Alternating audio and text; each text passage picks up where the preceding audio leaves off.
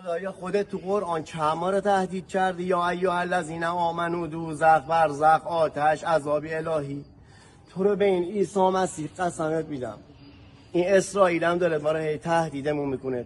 خودت یه زودی بهش بگو بابا اینا پراید دارن، پارازیت دارن، آلودگی هوا دارن، خشکسالی دارن، ریزگرد دارن، بی آبی دارن، بی برقی دارن، تازه آبشون روزی 2 بار میره، یه بار خودش میره، یه بار با برقا میره.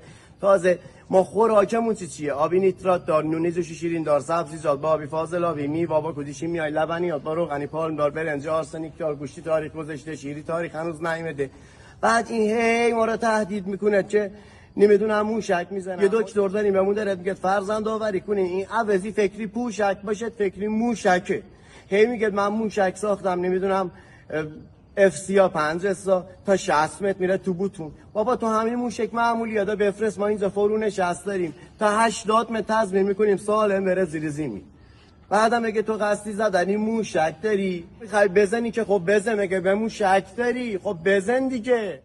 زالو ریز گرده رو تو آسمون روژه وزه زمین دورانشه بدون. این میخوام بگم سهمیه آب اصفهون، شین میخوام بگم شهید بده نصف جهون.